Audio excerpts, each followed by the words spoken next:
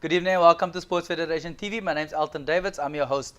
As you know, the show is about what makes sport happen in Cape Town and the Greater Western Cape.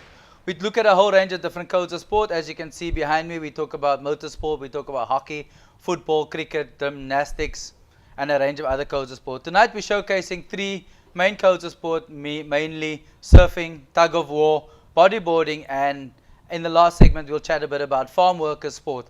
You heard right, farm worker sport is a great sport that and is a great organization that looks after farm workers and the amount of sport that they do. But before we get to all of that, let's join Liam Wood, the A&E, your title of the Cape Town Surfing. You well, Liam? Great, thank you for having me. You're most welcome. Cool.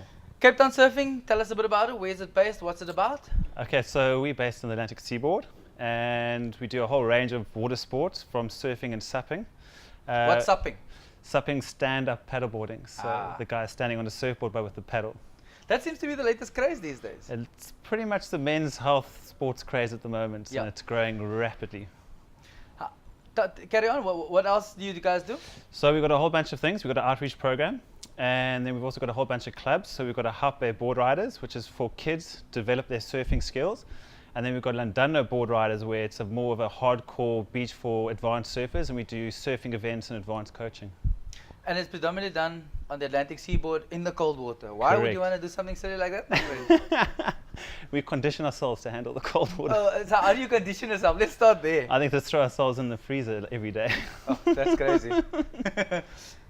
Tell me a bit about this stand-up paddleboard, the sub thing, because a lot of people don't quite understand. You just see this oak in the middle of nowhere, standing, paddling. How does it all work?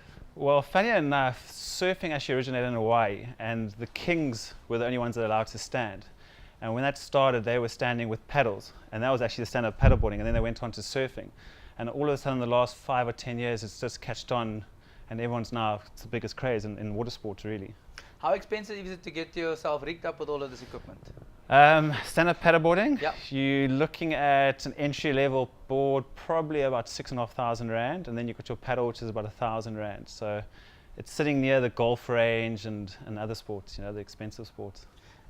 Is that the top of the range, or is that the entry level? That's entry level, so you're looking even up to 30 grand for a board, which is crazy. You must be joking. Yeah, but those are the high-end fast boards down the line, wind boards, What makes it the 30 grand board? It's a composite, it's the material they make. So it's epoxy, it's hollowed out. It's a very unique way of making a board. Yeah. Okay. Yeah. We're chatting to Liam Wood of the Cape Town Surfing. They recently held a workshop and a training session out in Hard Bay. Let's check this out.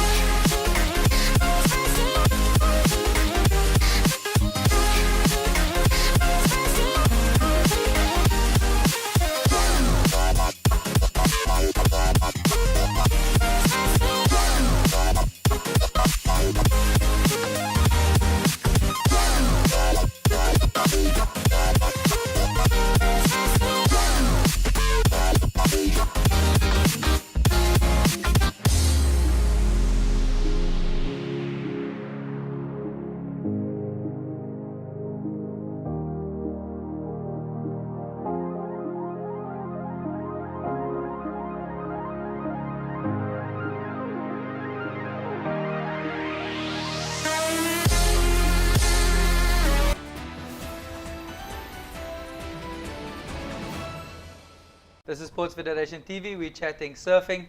We're joined in studio by Liam Wood, the A&E of Cape Town Surfing. He refers to himself as the A&E, the all and everything.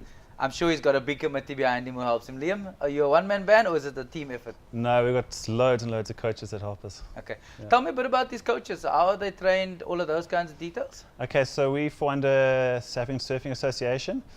And now, funny enough, the ISA, so the International Surfing Association. So you have to actually do quite a long course, and you get your different levels of qualifications to coach certain standards of surfers, so from beginners to advanced. Okay, let's take a step back. Surfing is a fun sport, I'm told. Never done it because it affects my hairstyle. But based on the technique, tell us a bit about the technique first before I ask you my next question. How does one manage to stay on that board in the wave without reading the wave? We will get to that as well. It's a tricky one to explain it, because I suppose you have to do it rather than explain it. But it is a feeling, it is emotion. But we do what we call the ABC on the beach, where we teach the guys to get the right technique and standing. It's mostly about shoulders and knees and waists and where you put your body, and especially your hands and your paddling speed. But it goes far more intricate than that. Is that part of what you do with the holiday program that we just saw? That's it. So we basically pull a whole bunch of kids together in the holiday camps, and then we teach them the ABC, and then you hands-on with the coaches, and you do literally a couple of hours in the water, and they're standing literally for the first hour easily. And then from that, you teach them about swell, wave sizes, board equipment, life-saving skills, how to read rips, how to read current. So there's a whole aspect about it, which is great. You touched on the board aspect. I'm led to believe there's a short board, long board. Is there a middle board as well? Just a short and a long board? There is actually a minimal, okay, which is the middle sized board. But the guys like ourselves, the older, bigger, heavier guys, will pretty much learn on a long board. Okay. And then pretty much the shorter, younger guys learning would be on the minimal. And then you're aiming to ride that short board, the high tech surfboard that can do the tricks and things like that. And the long board is just an entry level kind of board for you to get familiar with the surf and how to do things. Correct. It's stable, it's a lot easier to stand on, but obviously also the older guys also use it because you do a different style of surfing too. You ride the nose and you do more of a flowy surfing kind of style of surfing. Okay, so, what does ride the nose mean? I mean, this hang is all 10, foreign terms to me. Yeah. Hang 10, hang 5, so the guys walk right up to the nose and they stand with 10 toes off the board or 5 toes. Okay. So it's a style, yeah. Okay. Yeah.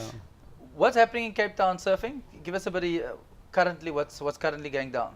Okay, so we've got a lot of projects on the go. We've got an outreach program with a company called Bright Start.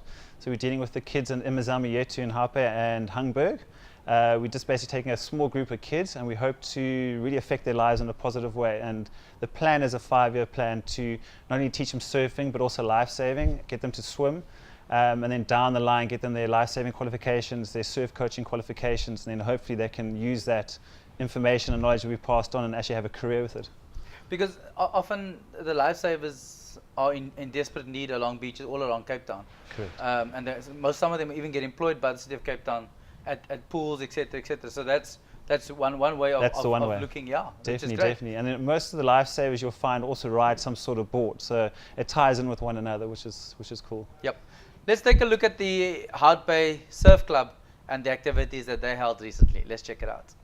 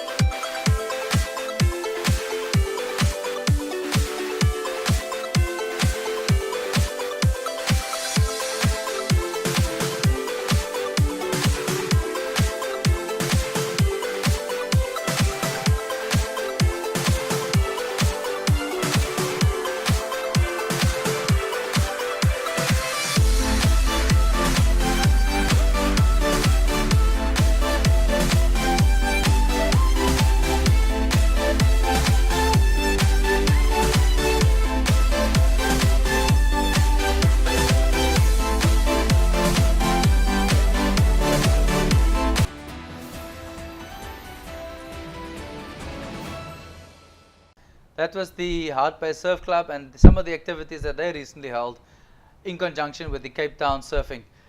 Liam of Cape Town Surfing, tell us what else is happening within Cape Town Surfing. I mean, you guys have lots of outreach programs other than based in Hard Bay. Give us some more of the stuff that you do, like the schools programs and those kinds of things. Okay, so our school programs, we've kind of implemented a program with schools on the Atlantic Seaboard, so it's an extra mural program. So obviously kids do soccer, rugby, water polo, so we've just added surfing as a sport. The kids come join us every afternoon. And similar to the Hard Bay board riders, but we teach them how to surf and then hopefully get them into competitive level of surfing. Did you have lots of resistance to get that going in schools, or was the school committees readily acceptable of it? Very acceptable, actually. I think it's been seen as now a professional sport. You know, the way the sport's going and the way athletes are getting paid. You know, I think the teachers and the parents are seeing something that's a healthy lifestyle and also possibly a career for some kids. Give us some of the highlights and some of the highlights and top names that have come through Cape Town Surfing that have made themselves a profession out of surfing. Well, from Hard Bay board riders, we've got that's our entry level program, and then a lot of the kids go into the London board riders, where it's the competitive side of the program.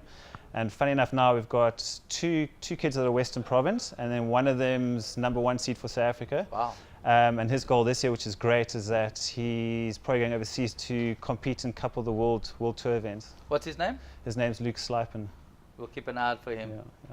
So, and he's going to be going onto the circuit soon. Yeah, international circuit. Yeah, he's very young. He's just turning 15. So the aim now is to take him to a level where there's guys far older than him, and hopefully what will happen is his level of surfing will grow a lot quicker than normal.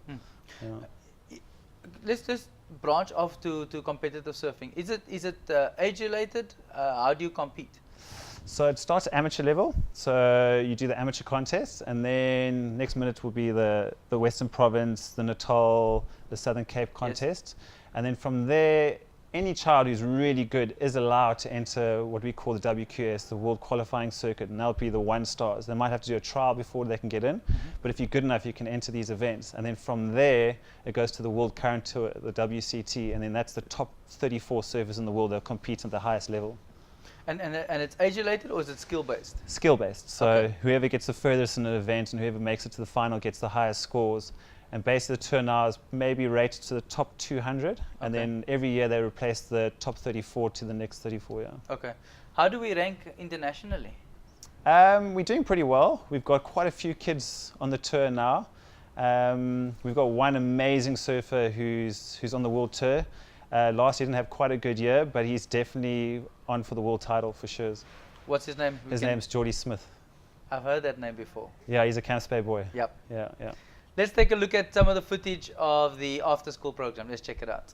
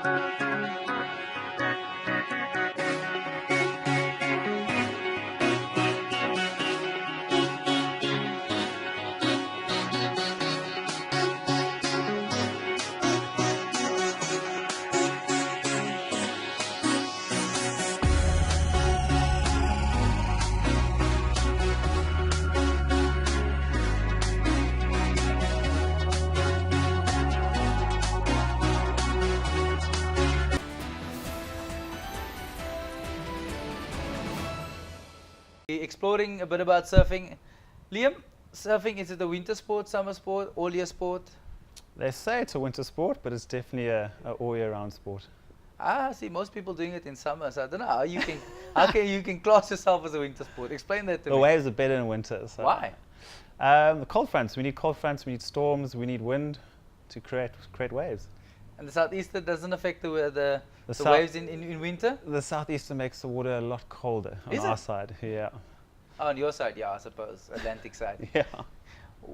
What makes surfing, or what attracts you to surfing? If I look back now when I was younger, I think it was just the healthy outdoor lifestyle. Being in the sun, being on the beach, being in the water and the waves. Definitely that was the draw card. Would you recommend this to anybody? Everyone. You know, we have people from ages of 5 to 85 learning to surf, and they all come out with a smile. So definitely for everyone. And it's not related to class or any kind of distinction that you need to have a degree to be doing this? Not at all. Not at all. You know, you just have to have the guts and jump into the water. Maybe that's the problem, is the guts part. And also because of the cold on your side, admittedly. A lot of people, do you find that that's a deterrent when you tell people I'm on the Atlantic seaboard? Not really. You know, funny enough, the hotter it is outside, the colder the water is. So I think the guys want to get into that icy cold water. Silly people. Liam, in closing, how do people get hold of you guys? Best is on our website, so it's www.capetownsurfing.com, and all the information's there. Cool. Thank you for your time, Liam Wood. We will have you back soon, and hopefully we'll get in the water soon. It's been a pleasure. Thank you very much. Thanks for your time. Let's take an ad break, and when we come back, we'll be chatting tug of war. See you now.